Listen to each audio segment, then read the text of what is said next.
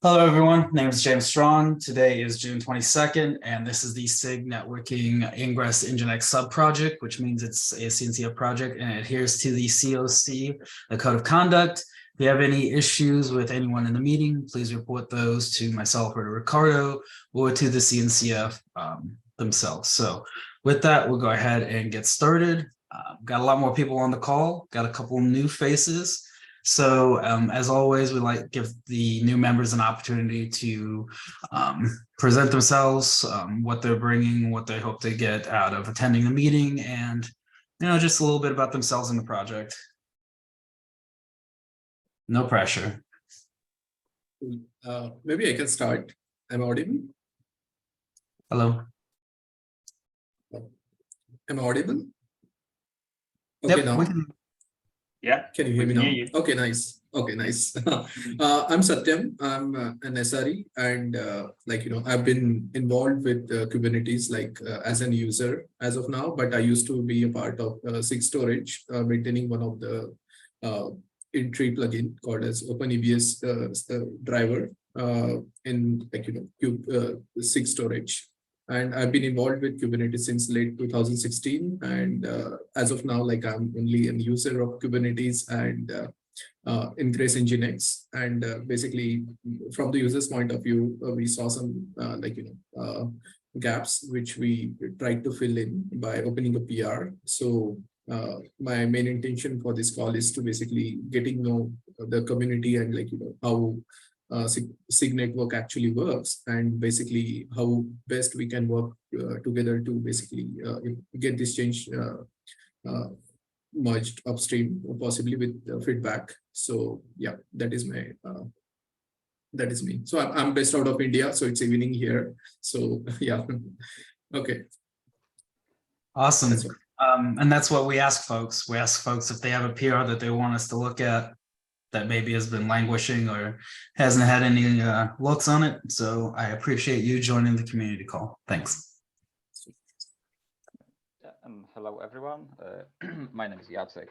I work alongside Satyam. So we kind of both are here to represent that pull request. And coincidentally, we also happen to find a potential denial of service in the metrics subsystem in the controller, which we recently reported. So maybe we could bring that to your attention too. I hesitate to say this, but those will get added to the queue because I think we've got a couple that we're still trying to resolve. But yeah, as in security issues. Yeah. Yeah, that's fair enough. I just wanted to make sure that we reported things in the right way and that they will be handled. Like, this is not like a major disaster. It is just a metrics granularity explosion. So not great, but not the highest priority. Yeah, I agree. But I mean, maybe to give you a little bit of background, sorry, I forgot. Like, I'm mostly an administrator who administers Kubernetes, but I've been doing this for a while. I don't even remember how long. This version, I don't know, 0.15 or something like that when I started a long time ago. Right, thank you. Well, thank you for joining, and yeah, again, thank you for pointing that out. It's always helpful. We can't catch everything, so we appreciate that. All right. Review the action items. This is always the part where it says I didn't do what I said I was going to do last 2 weeks. But I think this one looks pretty good because we did cover, I think most of the open topics got pulled in. Ricardo was reviewed, and so we got the HTTP bun stuff, the absolute warning stuff completed. I don't remember what these two PRs were, but they got merged when I looked at them. Dylan, I don't know if you're still on. I can only see the video, but we did have a request I wanted you to look at.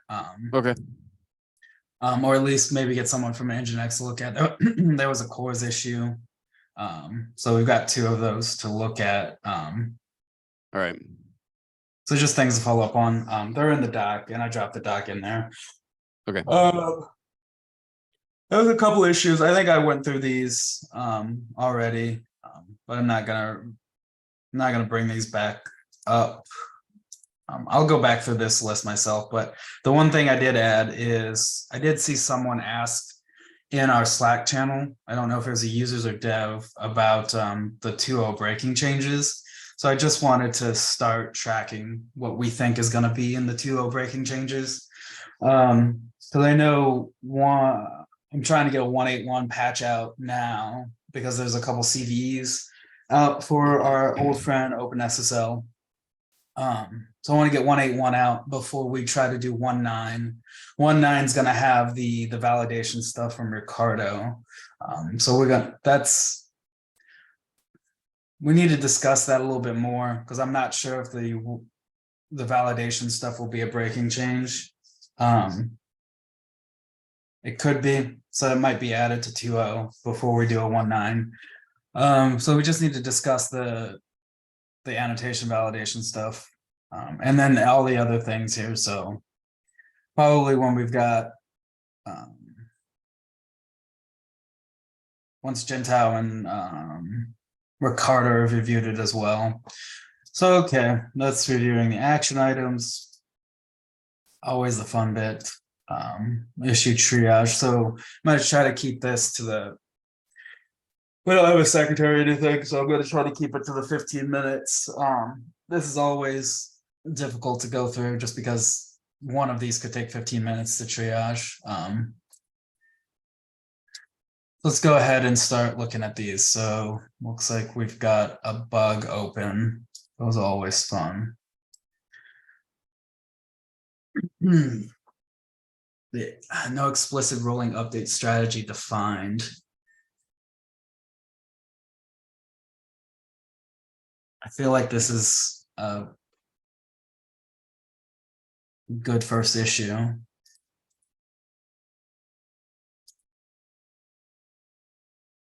This is just adding to the static deployment manifest. Yeah, I think this is just the static provider. Very simple, We right? don't. Oh, did we just? It looks like we just missed one.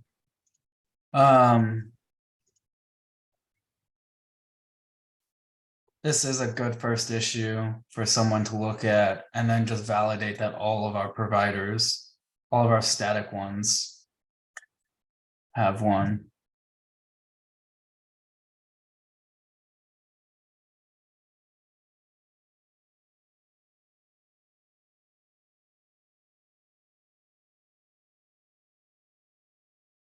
I just stick with Old Faithful, the backlog. Actually, I just do this faster in grep because I'm gonna see which other ones don't have it.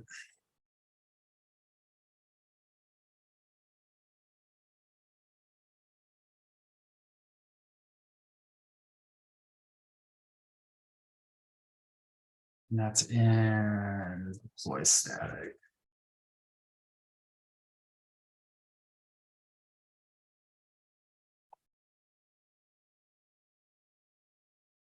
Quotes would help. Sorry, folks. I'm just doing a grep real quick on. Doesn't find it for anybody. Oh, because there's a space. Words matter. It looks like the kind one is the only one that has it. None of the other ones have a rolling update.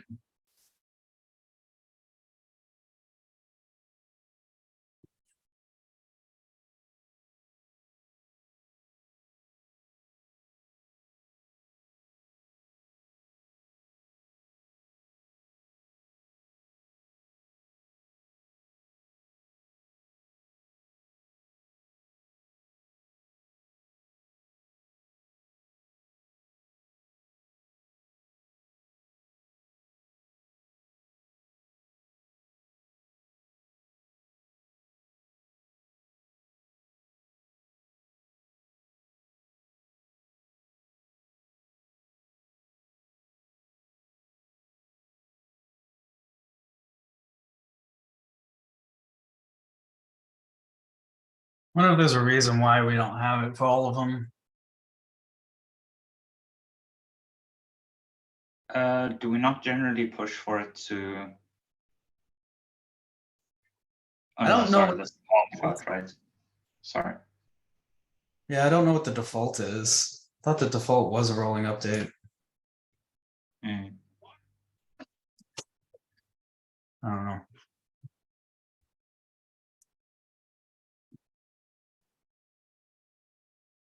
All right, one down. Ooh. What's going on with this guy?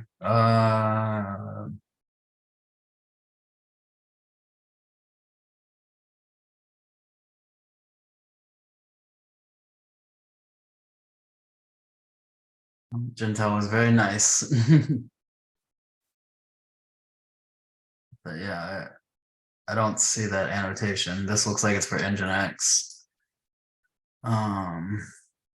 Yeah. I'm gonna leave that one alone, and I'm gonna be mean and assign it. Close it. That is also another good point. I'm going to confirm. Yeah, that looks. I will take Gentile's word for it.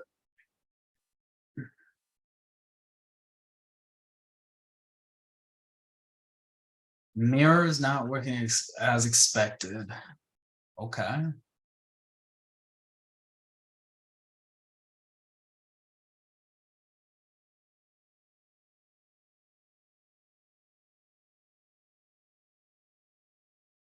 I didn't even know we could mirror traffic with Ingress.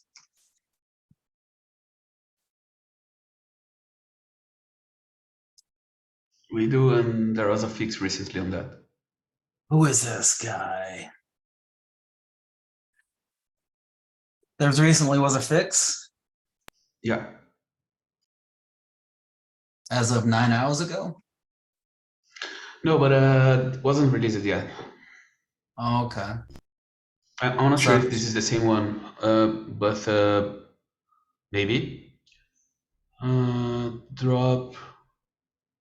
Yeah, that's doesn't seem the same. Don't know. Don't know.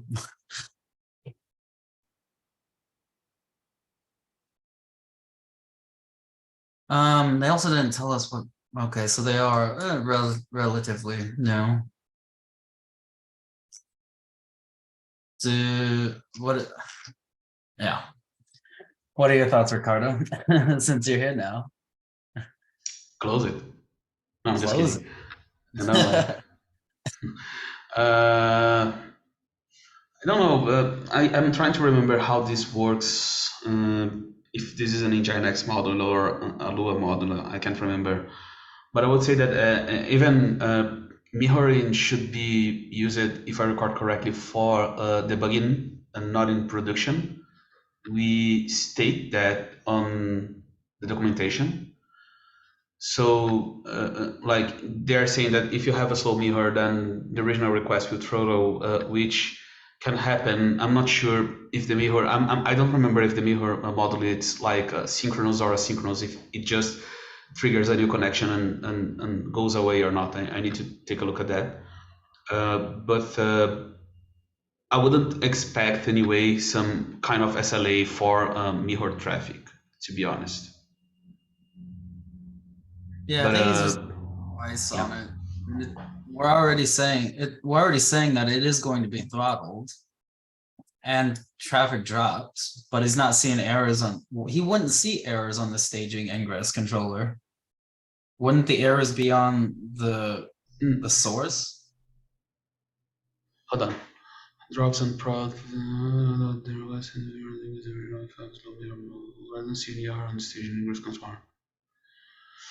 I mean, this can be so many things, like can be some limit of connections from the Linux machine to the mirror, or this can be some throttling, but we kind of ignore the error.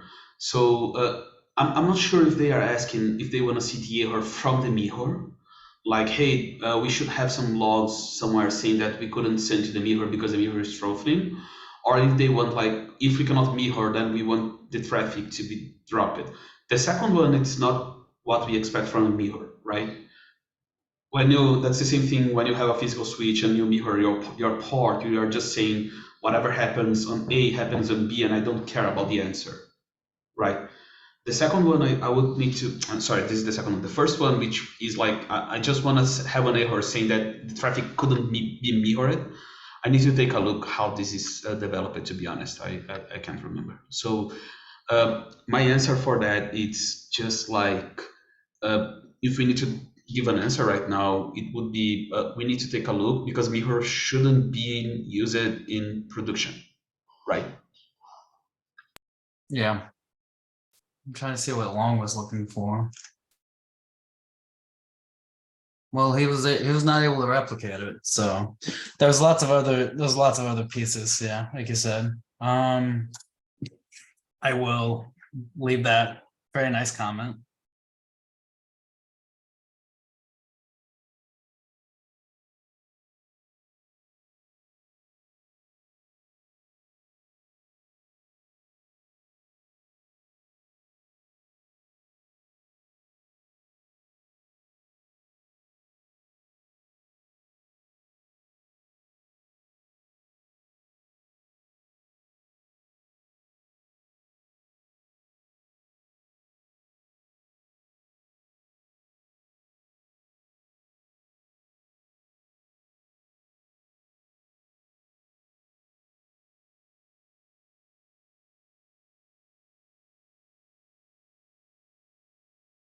Okay.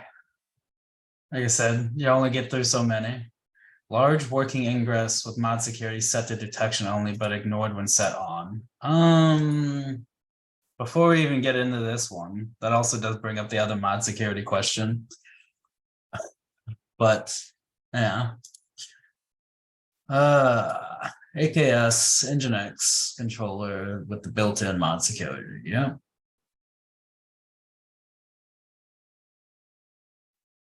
Our largest production environment. It's always at scale.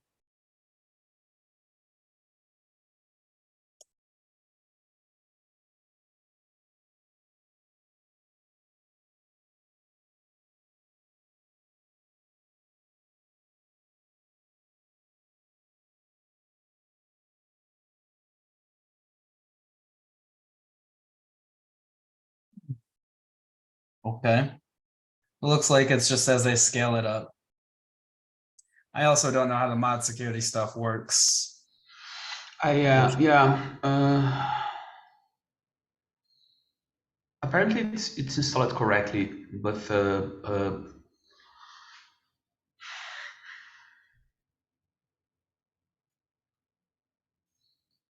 it's kind of tricky. They say how they know that the detection only works. Do they get some logs or something like that?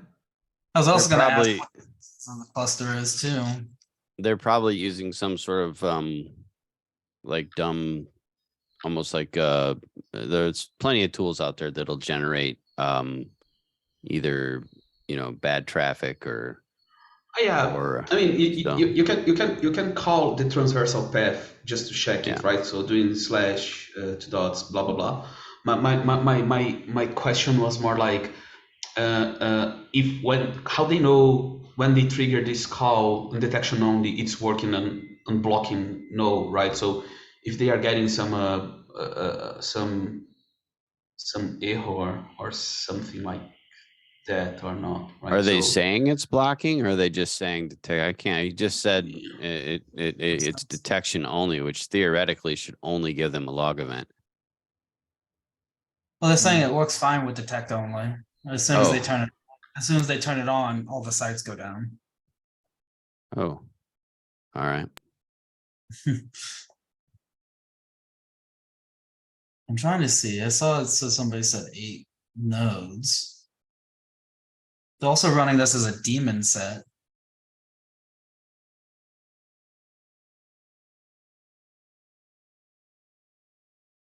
yeah, this shouldn't matter. To be honest, So the way that bot security works, it's kind of confusing still configuring that, because I think that even in your rules you need to set what action you want to take, right? And I can't remember if we do that based on the OWASP rules, but one of the things that someone pointed in the bottom, and I would try that, it's trying to split all of these configurations as well. Maybe it's taking too long to parse, and it's getting like the site is down, because on the detection only, you can just say, I couldn't parse everything, right? Like you send me a request, I couldn't parse it, so do whatever you want. I'm not gonna block you.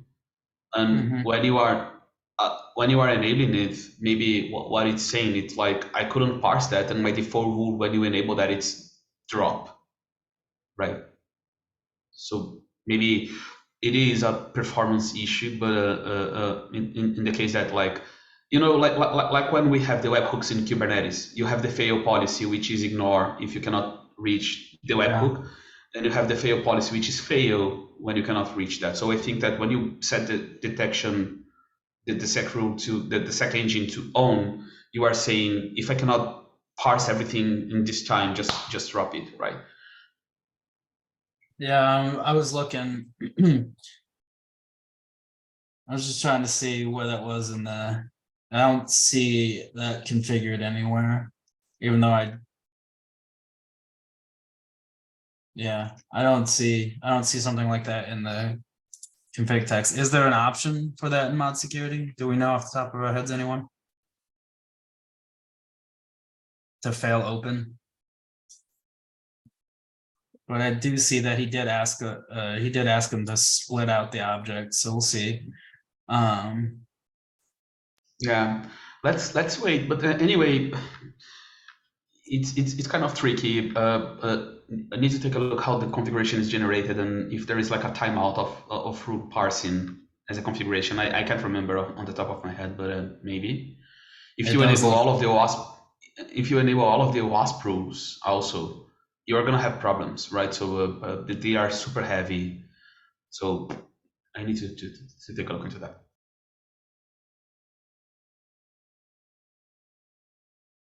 Yeah.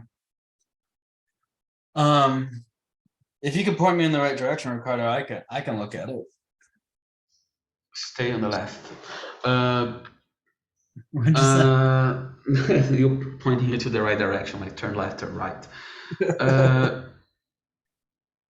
Yeah, I can let page me asynchronous. I will try to point you at least to the right configuration and where the things they happen. Okay, I'm gonna add this to the list because I always need more things to do. Mod security.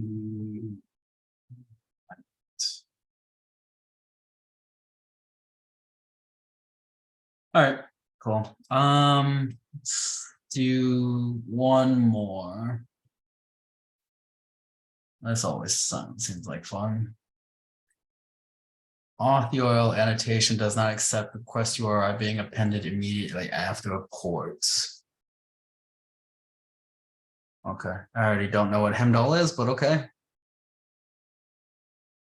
Hemdall is like it's like a I think I'm pretty sure it's a tool that they use to basically give a user interface to whatever they want, really. If it's the same one I'm thinking it is. A cloud native identity aware proxy and access control decision service. Oof.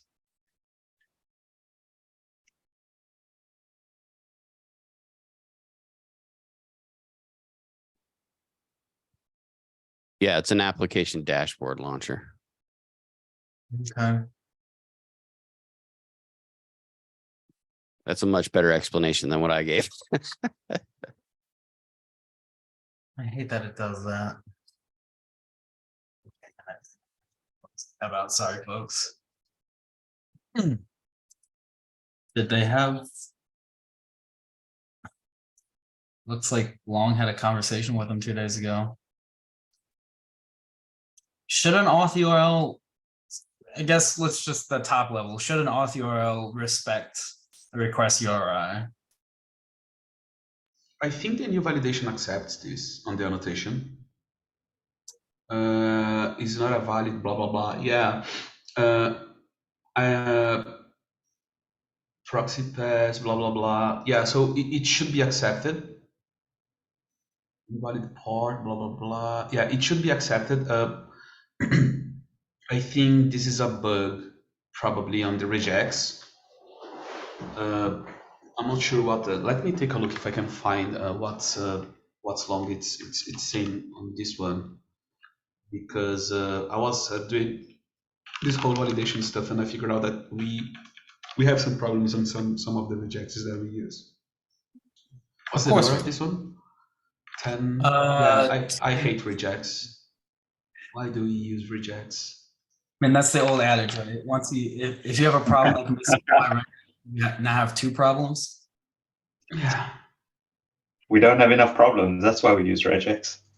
Yeah, exactly. Auth URL. Yeah.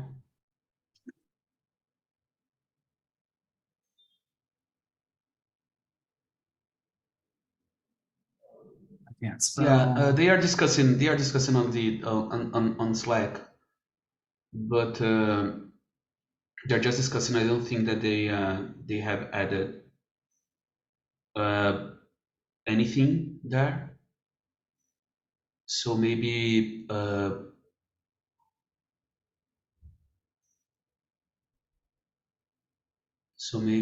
we need to take a better look on that.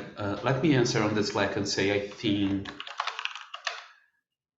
this is an accepted operation and probably we need to fix on Ingress. Yeah, assign that one to me. Go for it. I will take a look someday.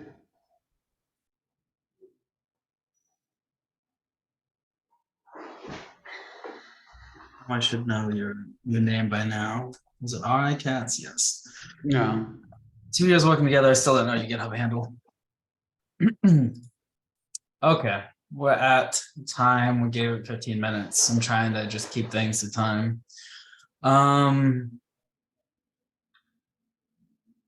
So I've got a couple open topics that I wanted to discuss, but I think we should let our friends who joined to discuss one.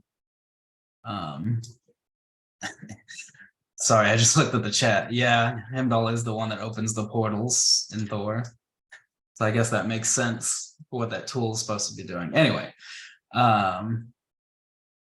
let's is this the PR review that we're asking about? Yes, the 9799. Yeah, the 979. Yeah. And like to be transparent. Jacek, I can't hear you. Oh, sorry. Am I too quiet? Yeah. I don't know. Is that just me? No, same here actually. Yeah, same here.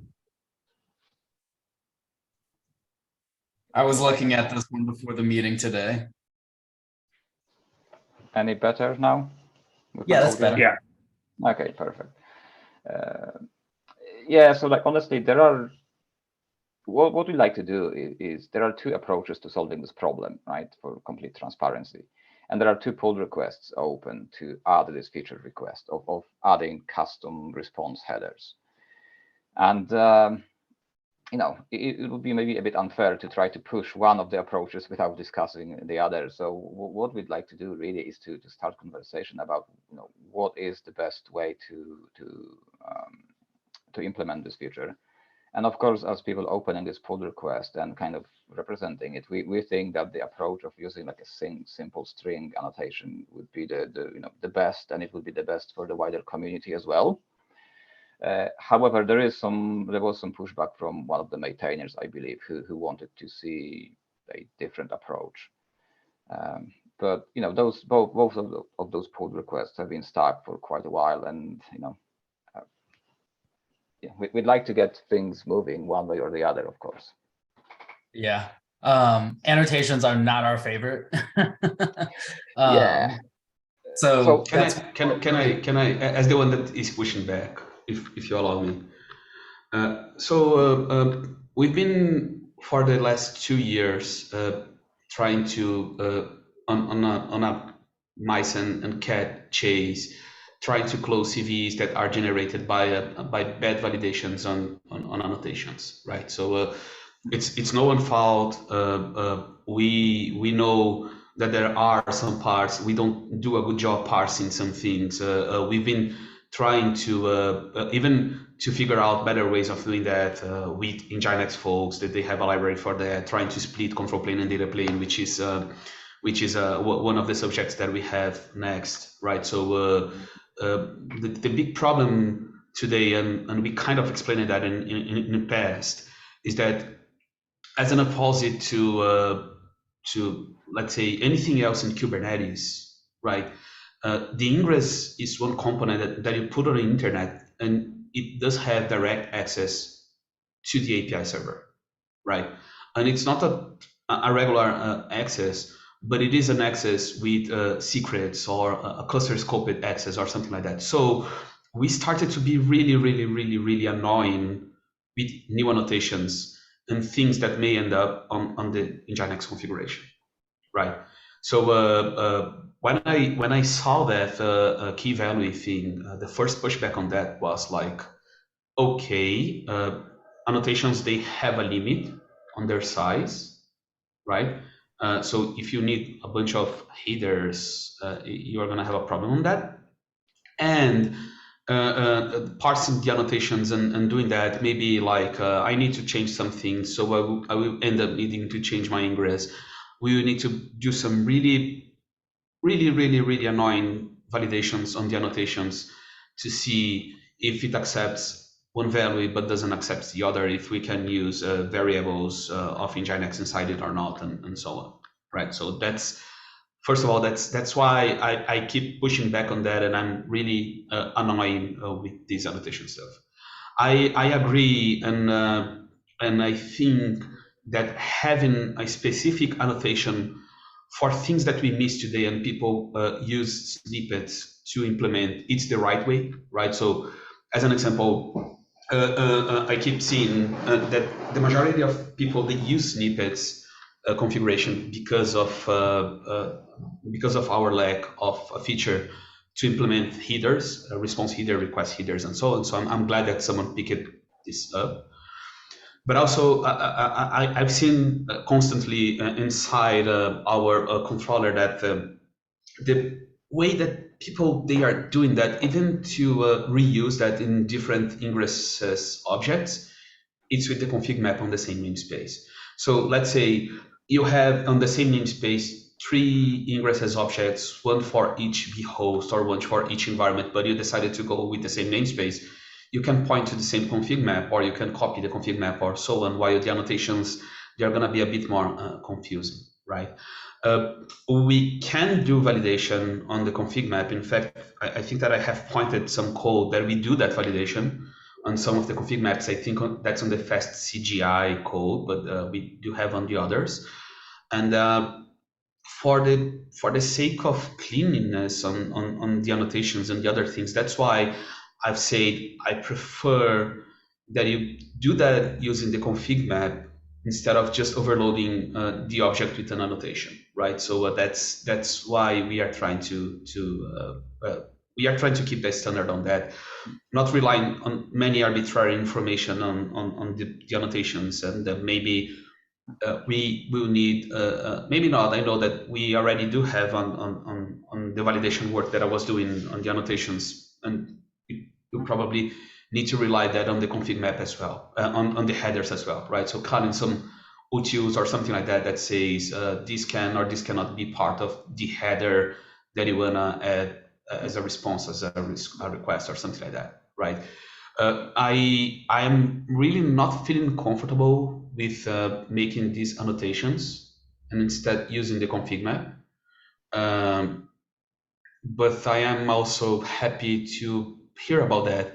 I don't want to frustrate you folks, but I don't think that we are gonna ship this on a short term, at least like for the next 1 or 2 weeks, because we are in the middle of releasing a new version with a bunch of validations. We are not adding any new annotations right now until we finish all of the validation stuff, right? So I don't think that, being really honest and transparent with you folks, I don't think that this is gonna reach the code for the next 2 or 3 weeks. Okay, Yeah, I mean, but I will it's keep been a trying while to anyway. review that with you. Sorry. Yeah, this pull request has been opened a while ago, so there's no huge rush to get it landed, right?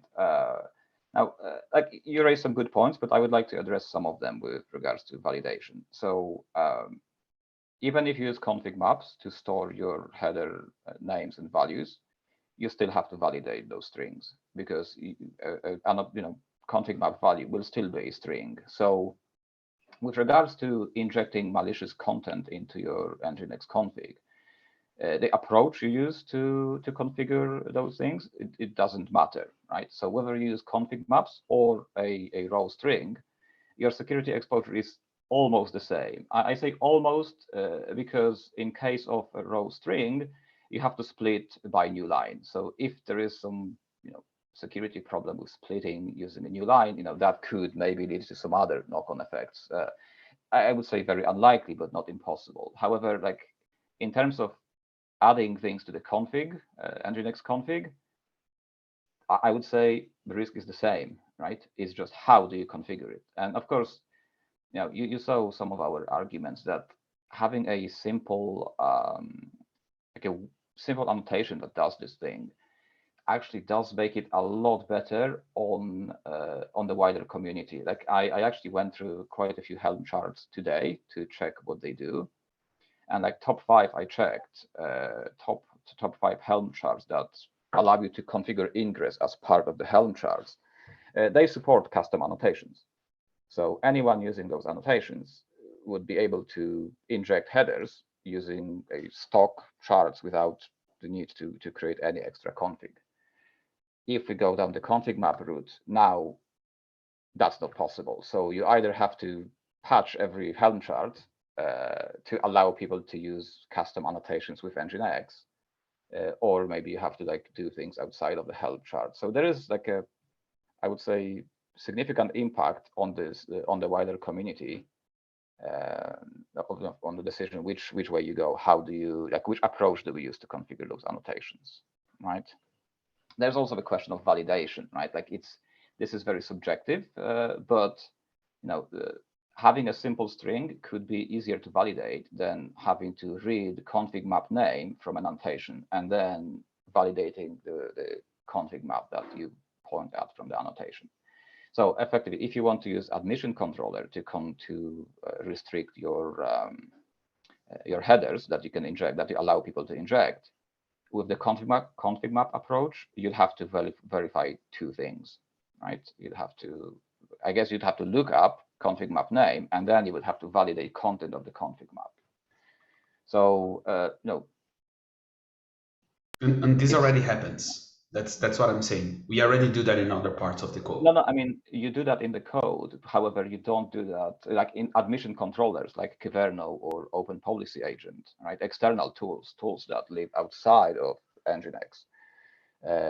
Those tools, can be used to restrict what people can do, right? And they are used by many other projects. They even give you like example policies. What this lets you do, it basically lets you prevent users from even applying config that doesn't meet your specific standards, right? We always have a struggle of a balance with allowing folks to do things and do everything versus the security of the controller itself. That's why we're working on the control plane data plane splits, because we have that problem. Because like you said, any one user could make the whole ingress insecure. So that's part of the reason why we're very hesitant. Because at the beginning, remember how I mentioned at the beginning of the conversation, we have security concerns with the ingress controller. A lot of them rotate around the annotations and what we allow folks to do. So we have to do a balance of giving an admin the ability to disable these things and or add the validations in the code. So we're making sure that what folks are putting in are valid and are not insecure. So it is a difficult balance to do this. I mean, I get that. Like what I want to point out is that unless you want to not allow custom annotations at all, and I believe the consensus is that we do want to allow them to be like headers to be added safely. Right now, config snippets is the only way, and that's not secure. So if we assume that we do want to allow custom annotations, the decision is, how do we do this in the most secure way? And what I'm pointing out that the validation of those headers has to happen regardless of which method we use to configure them, right? If your strings, arbitrary strings, come from a config map, they have to be validated in the same way, whether they come from the config map or directly from the annotation itself, right? It's you're still allowing users to inject, well, to provide input, right? And that input has to be validated. So exactly where the string comes from, I think that, that's probably not the biggest security issue here, right? Unless there is like some kind of concern you have with using multi-line strings, right? I put two more comments in there anyway around this. I don't know, Ricardo, do we feel strongly on pushing this to a config map versus keeping it in an annotation? Either way, when we do drop the annotation validation, it could also break this as well. So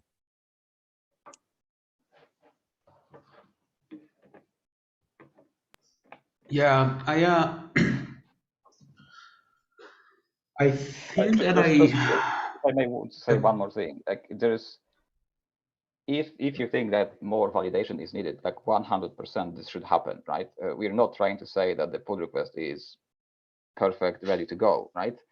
We're just like trying to agree which approach do we take, and then could we then work to make that approach be as robust and as secure and good as possible, right? Thank you.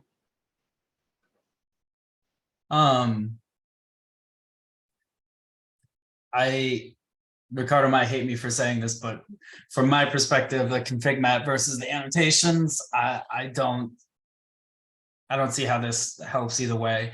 If we do the annotations, like Ricardo said in the chat, we do have to make sure we deal with the new line character in the validation. So we need to do it with, yeah, my only piece on that is that inline YAML validation is kind of hard, right?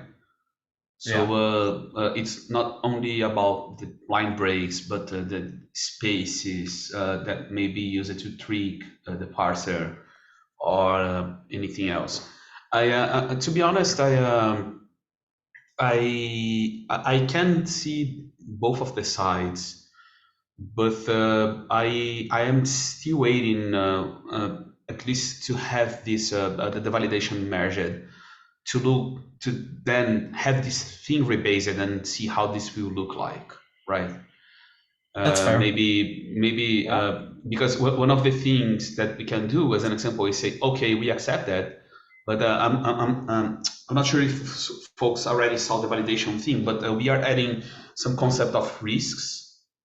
And what we can do is say, okay, you can use this annotation, but this annotation is considered risky by us. So the admin should explicitly say, I allow annotations with high risk. And I think it's fine, right? Probably it's a middle approach that we may have. Something else that, if I may propose, like so that's on the technical side. Of course, we can discuss those things.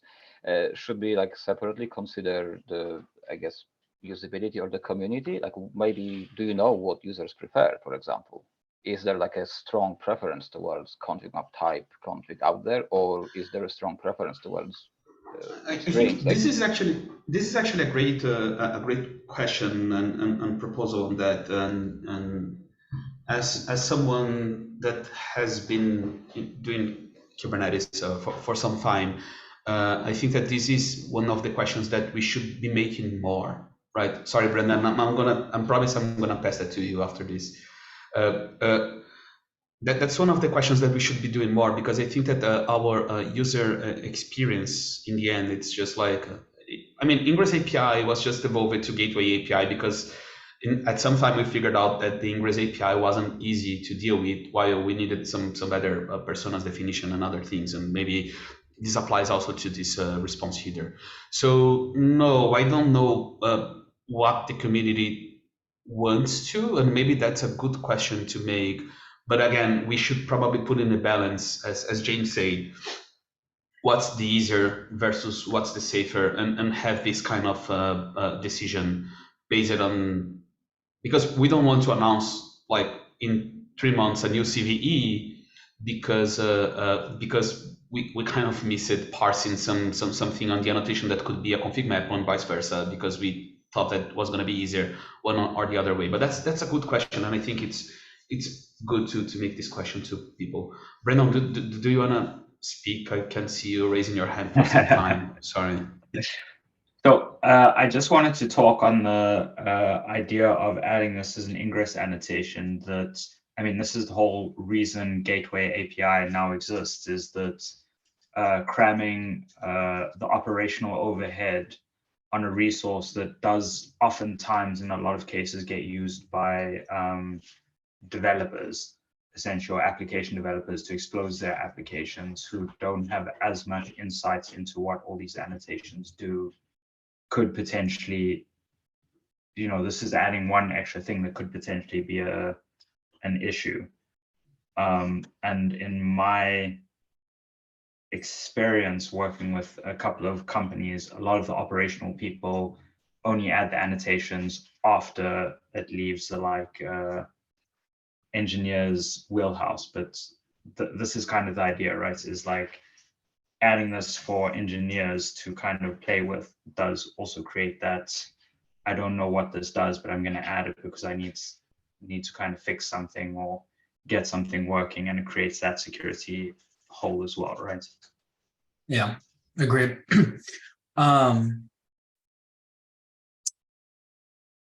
So I have a question on a more like, we will get the Gateway API eventually. so on a more like, I don't know, grandiose scale, on the question of asking the community, maybe it's, would this be something that might be good to maybe put together, and I hate to say the word, but some sort of a survey or a feedback loop that where we can add not just this, but maybe a laundry list of other things that we don't know. So if we parse together a number of unknowns that the community might have feedback on, and let them have their word. I mean, I'd be willing to help with that. I don't know how jazzed the community will be about a survey, but maybe they can find a different way to ask them. Yeah, we did it about a year ago, maybe a year and a half ago. We ran through one. So we could definitely put that together. We can have like questions, because normally we like to ask like, what are they using Ingress for, versions and all of that, but we can also inject some questions like this, like config maps versus annotations. I think to get this PR through, here's what I propose. I've got 2 questions down at the bottom, because I just read this today. We need to do 3 things. We actually, there is a config template to do this globally. So what happens if an admin sets one globally, sets a header response globally, and somebody puts one that it changes it, makes it different if there's a conflict? So we need to add that into this PR to be able to handle that situation. That's what this comment is. So if I say, you know, request, like you have to force, I don't even know what it could be, but if there's a conflict, we need to be able to manage that, and it should, the global one should override the individuals. And then add an end-to-end test for a negative test. So giving them bad data, giving the parser bad data, and making sure that the regexes are doing what we expect them to do. Because again, we've seen this time and time again, where we'll put a regex in and we'll miss something. So if having a couple negative tests would help. And the third one, which I haven't commented on, I can add that to this PR, is that we need a way to just disable them from an admin's perspective, like we do with configuration snippets. If an admin doesn't want to allow custom headers, we need to be able to disable it. If and when a CVE does come out about custom headers, an admin's option is to disable them. So let's add the disable and fix those two asks that I have here. And then in that time frame, we should have the annotation validation done so that you can do the rebase and see how that works with the new validations that we're doing for all annotations that Ricardo is working on. So that gives us a time frame to get this PR in. And then if it is a breaking change or if it's an addition, we can get it into 182 or add it into the 190 when we do the validation stuff. So we can get this tracked on in about a month or two. We can get this in. Is that a fair compromise? Yeah, I think this is good, to be honest. Like, and this asks for negative ATV tests and also like the good question about the global custom headers annotation. So I think we are going to work on this too, and also the third one to disable. So I think these are the good asks, and we can work on this. Not a problem. Yeah. And I promise I will take a look into this PR more a bit more carefully and provide you some feedbacks ongoing. I was super focused on the other thing, and I couldn't take a look into PRs bigger than small. But I will try to follow up with you folks on that and see how this thing is going as well. Okay. Yeah, Thank you. Awesome. Yeah, like with regards to the community, like I'd like to, like, you could take a look what Helm charts do. Like that's one of the big wins I think we get with this approach, which is that you kind of seamlessly make this feature available to anyone using most Helm charts, because they just allow you to inject any annotations you want into Ingress objects. So that's very nice. Like if we have to do config maps, that will be a little bit more problematic for the community. Still, it's possible to update those charts, but there will be some extra work. So would be nice if it was just like a plug and play solution that it just works for everyone. Yeah, agreed. I added it in there. I know we got about 1 minute left.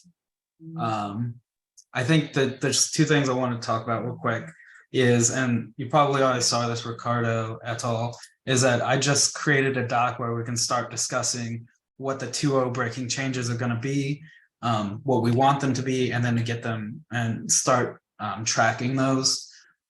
Really, it was obviously the CPDP split, the strict validation paths being set to true. That's the one we just put out. We haven't discussed if we're actually going to do the mod security poll. And then, of course, we know that there was the Datadog discussion with the OTEL. If we're actually going to start removing the others as well. So we just need to start brainstorming what the 2.0 is going to be, and then we can start getting feedback as well. You want to see something get merged? It's that's a new feature on NGINX as I wait the Rust thing to go. Oh, this is the one that we can replace. This is the one that we can replace Lua with NGINX. Yeah, it really is. It does exactly the same thing. I've got the two issues out, and maybe we can put that on the community survey as well. NJS versus Rust for replacing Lua. Okay. Or both. I mean, are you leveraging the NJ or the Rust work that we're doing in core? Yeah, I was. There is an issue from myself there. Yeah, it's not really. It's sort of like C flavored Rust, not really Rust. Yeah, Fuckers. I figured that out while I was doing that and seeing a bunch of unsafe calls and Yeah, like, yeah. okay, I don't want to play with this It's yet. very, very new. It is I a know. huge priority for us. So you're gonna see things get worked on pretty regularly, but we've also made the same level of dev investment in NJS as well. I'm looking and following both, and I can decide and then maybe have both, like NJS working for all of the backends and Rust in the future working for like a multi-security Yeah. communication with Coraza or something like that. So that's yeah. Yeah, and a lot of it depends on it. This is one of those depends. What do I use? Rust or NJS? Well, it depends on what you want to do. I mean, if it's super high level, probably go with NJS. If you want to do some, really crazy low level calls, then go with the Rust. I think I right see. now, Okay. it's just I think our first thing is we need to just map what the Lua code is doing, the features and functionality, and then we could make a call from that perspective. Yeah. Yeah, and this I is can do something I that. brought up with Damien about getting together and helping you guys with that instead of just saying, come back to us with a big giant list. I kind of got into it with him about, okay, well, we can't just go to them and say, build us a big giant list. Why don't we just put some skin in the game and help them with that? And then we can, because we do have a vested interest in getting away from Lua as quickly as we can in any aspects that we, So do I. yeah. Yeah. So We have lots of reasons. All right, awesome. I got to drop. I got another dev meeting, but it's good. Same. Good seeing you guys. Yeah. Thanks everyone.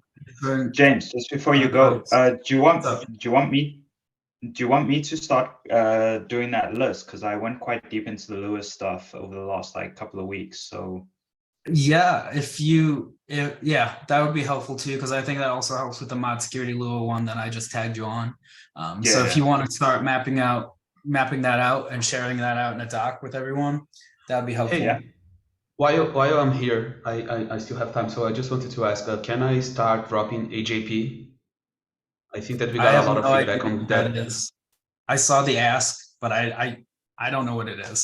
Or Yeah, a the lot impact. of yeah, I know the impact. It's like for people using Tomcat, Wildfly, JBoss, whatever, right? But on those cases, they still have HTTP endpoint. I've been dealing with a lot of times on past, but to be honest, I can see a lot of people using that, and it's one less C module that we should maintain in the code. So I'm thinking on doing that.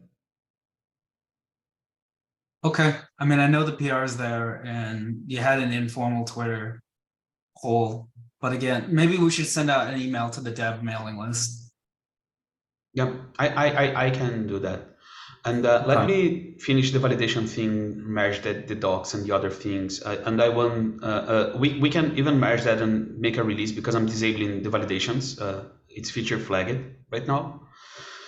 But before merging that, I probably want to fix actually making releases based on the branch. So maybe coding a branch based on what we have today and trying to make the release based on the branch so we can keep working on main. Yeah, we can do that. Arnaud explained to me that today Cloud Build runs whatever we put on Cloud Build. So maybe we can put some pre-comments on Cloud Build saying fetch all of the tags that we have and run the Cloud Build also against those tags. So when we want to do a new release, what we can do is actually change the tag on that release and have some way of triggering Cloud Build without changing the tag file, right? So some trigger action that we need on Pro, which is kind of okay. Do you got it? You're gonna break all of my release code now. Maybe not, because I mean we can do that all on main actually, like having the branch, but doing the trigger of the new versions on main. So instead of having the tag file, we would have some releases.yaml file that we say, hey, now we have release blah blah blah, right? And that will trigger Cloud Build, and we can make the promotion based on that. The only difference would be that we pass back to Cloud Build or whatever, saying, hey, you go and build the images of this, and this tag and open a new promotion PR automatically or something like that. And we can even rely on like like doing you opening with your account, and I doing the /approve with my account all of automatically, kind of, right? So yeah, I'm fine with the release branches. I was joking. It shouldn't take too much to add a branch and then do a release. yeah, because I think that we are kind of slow right now because we keep waiting my huge PRs, right? While we have some fixes that should be rolled into smaller releases. And just how we build our images. All right, I gotta go. I'm late for my next one. Again, as always, thanks. Bye, everyone. Thanks, yeah. Thank you. Bye.